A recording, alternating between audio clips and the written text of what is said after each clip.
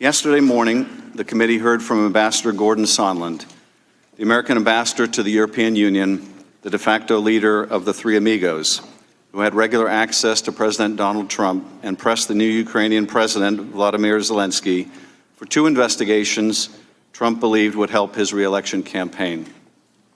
The first investigation was of a discredited conspiracy theory that Ukraine and not Russia was responsible for interfering in our 2016 election. The second investigation was into the political rival Trump apparently feared most, Joe Biden. Trump sought to weaken Biden and to refute the fact that his own election had been helped by a Russian hacking and dumping operation and Russian social media campaign directed by Vladimir Putin. Trump's scheme stood in contrast to the long-standing bipartisan foreign policy of the United States by undermining military and diplomatic support for a key ally and set back U.S. anti-corruption efforts in Ukraine. In conditioning a meeting with Zelensky and then military aid on securing an investigation of his rival, Trump put his personal and political interests above the United States.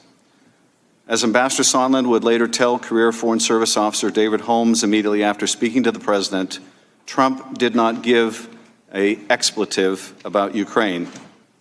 He cares about big stuff that benefits him, like the Biden investigation that Giuliani was pushing.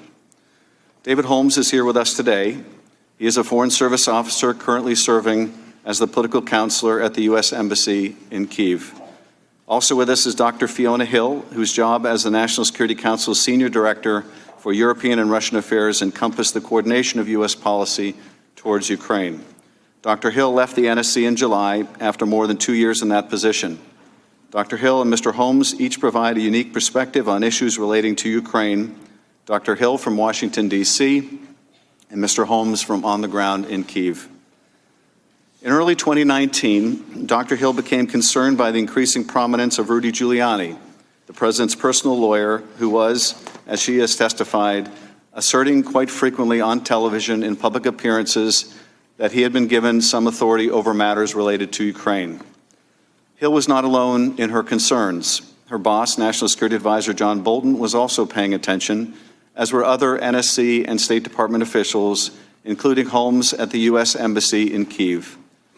Bolton viewed Giuliani as a hand grenade that is going to blow everybody up, and was powerless to prevent the former mayor from engineering former U.S. Ambassador to Ukraine Marie Yovanovitch's firing in late April, or her recall. Holmes was stunned by the intensity and consistency of media attacks on Yovanovitch, by name as a U.S. ambassador, and the scope of the allegations that were leveled against her. Yovanovitch's dismissal as a result of Giuliani's smear campaign was one of several things that unsettled Dr. Hill. Another was the role of Gordon Sondland, who emerged as a key player in Ukraine policy in May, when he was named as part of the U.S. delegation led by Secretary Rick Perry to President Zelensky's inauguration. Lieutenant Colonel Alexander Vindman also attended the inauguration, and as Holmes recalls, during a meeting with President Zelensky, took the opportunity to advise the new Ukraine leader to stay out of U.S. domestic politics. Another concern that arose for Dr. Hill around this time was her discovery of a potential NSC back channel on Ukraine. Hill learned that an NSC staff member who did not work on Ukraine and for her may have been providing Ukraine-related information to President Trump that Dr. Hill was not made aware of. According to Holmes, following the Zelensky inauguration, Sondland and Perry took a very active and unconventional role in formulating our priorities for the new Zelensky administration and personally reaching out to President Zelensky and his senior team. Sondland's newfound assertiveness also concerned Dr. Hill, who previously had enjoyed a cordial working relationship with the ambassador. On June 18, 2019, Hill had a blow-up with Sondland when he told her that he was in charge of Ukraine policy. Dr. Hill testified that Sondland got testy with me, and I said, "Who has put you in charge of it?" He said, "The President." On July 10th, Dr. Hill was part of a meeting at the White House with a group of U.S. and Ukrainian officials, including Bolton, Sondland, and Energy Secretary Perry, another of the Three Amigos. The meeting was intended, among other things, to give the Ukrainians an opportunity to convey that they were anxious to set up a meeting, a first meeting, between their new president and President Trump. Sondland interjected to inform the group that, according to White House Chief of Staff Mick Mulvaney, the White House meeting sought by the Ukrainian president with Trump would happen if Ukraine undertook certain investigations. Hearing this, Bolton abruptly ended the meeting. Undeterred, Sondland brought the Ukrainian delegation and the NSC director for Ukraine, Lieutenant Colonel Alexander Vindman, downstairs to another part of the White House, where they were later joined by Dr. Hill. In this second meeting, Sondland was more explicit. Ukraine needed to conduct investigations if they were to get a meeting at all. Bolton directed Dr. Hill to report this to NSC legal advisor John Eisenberg, telling her, "You go and tell Eisenberg that I am not part of whatever drug deal Sondland and Mulvaney are cooking up on this, and you go ahead and tell him what you've heard and what I've said." Dr. Hill did so, as did Lieutenant Colonel Vindman, who separately approached the same lawyers with his concerns. On July 18, the day before Dr. Hill left her post at the NSC, HOLMES participated in a secure interagency video conference on Ukraine. Towards the end of the meeting, a representative from the Office of Management and Budget announced that the flow of nearly $400 million in security assistance for Ukraine was being held up. The order had come from the President and had been conveyed to OMB by Acting White House Chief of Staff Mick Mulvaney without further explanation. HOLMES, unaware of the hold prior to the call, was shocked. He thought the suspension of aid was extremely significant, undermining what he had understood to be long-standing U.S. national security goals in Ukraine. 1 week later, on July 25th, President Trump spoke with President Zelensky by phone.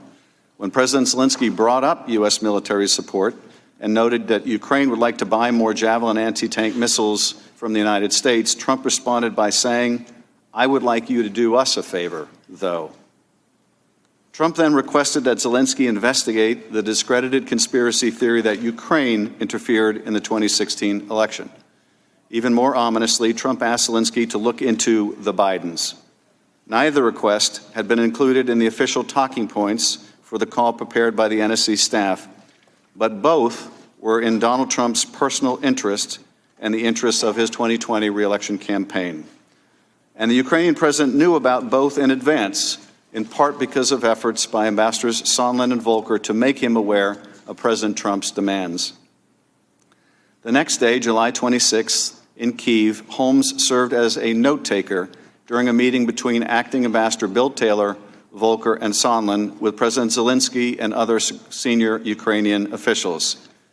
Zelensky said that on the previous day's call,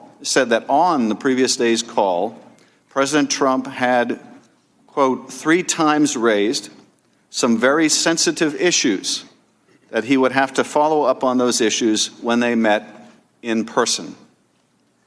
Although he did not realize it at the time, HOLMES came to understand that the sensitive issues were the investigations that President Trump demanded on the July 25th call. Following the meeting with Zelensky, HOLMES accompanied Sondland to a separate meeting with one of the Ukrainian president's top advisors, Andrei Yermak. But HOLMES was not allowed into the meeting and waited for 30 minutes while Sondland and the Ukrainian met alone, without any note-takers to record what they said. After the meeting, Sondland, HOLMES, and 2 other State Department staff went to lunch at a nearby restaurant and sat on an outdoor terrace. At some point during the meal, Sondland pulled out his cell phone, placed a call to the White House, and asked to be connected to the president. When Trump came on the line, HOLMES could hear the president's voice clearly. HOLMES recalled that, quote, the president's voice was very loud and recognizable, and Ambassador Sondland held the phone away from his ear for a period of time, presumably because of the loud volume. Sondland said he was calling from Kyiv. He told the president that President Zelensky loves your ass. HOLMES then heard President Trump ask, "So he's going to do the investigation?" Ambassador Sondland replied, "He's going to do it," adding that President Zelensky will do anything you ask him. After the call ended, HOLMES took the opportunity to ask Sondland for his candid impression of the president's views on Ukraine. It was at this point that Sondland revealed that President Trump doesn't give an expletive about Ukraine. The president only cares about big stuff that benefits the president, like the Biden investigation that Mr. Giuliani was pushing. A month later, National Security Advisor Bolton traveled to Kyiv. Between meetings with Ukrainian government officials, Holmes heard Bolton express to Ambassador Bill Taylor his frustration about Mr. Giuliani's influence with the president. Bolton made clear, however, there was nothing he could do about it. Bolton further stated that the hold on security assistance would not be lifted prior to the upcoming meeting between President Trump and Zelensky in Warsaw, where it would hang on whether Zelensky was able to favorably impress President Trump. Trump canceled his trip to Warsaw, but Sondland, Volker, and others continued to press for a public announcement of the opening of investigations by Zelensky. On September 8, Taylor told Holmes that, quote, now they're insisting Zelensky commit to the investigation in an interview with CNN. Holmes was surprised the requirement was so specific and concrete, since it amounted to nothing less than a, quote, demand that President Zelensky personally commit to a specific investigation of President Trump's political rival on a cable news channel, unquote. On September 9, this committee, along with the Foreign Affairs and Oversight Committees, launched our investigation of this corrupt scheme. President Trump released the hold on aid 2 days later. As CNN's Fareed Zakaria has revealed, the Ukrainians canceled the CNN interview shortly thereafter. 2 weeks later, on September 25th, the transcript of the July 25th call was released by the White House, and the details of the president's scheme started coming into view. In the coming days, Congress will determine what response is appropriate. If the president abused his power and invited foreign interference in our elections, if he sought to condition, coerce, extort, or bribe a vulnerable ally into conducting investigations to aid his re-election campaign and did so by withholding official acts, a White House meeting, or hundreds of millions of dollars of needed military aid, it will be for us to decide whether those acts are compatible with the office of the presidency. Hey, NBC News viewers, thanks for checking out our YouTube channel. Subscribe by clicking on that button down here and click on any of the videos over here to watch the latest interviews, show highlights, and digital exclusives. Thanks for watching.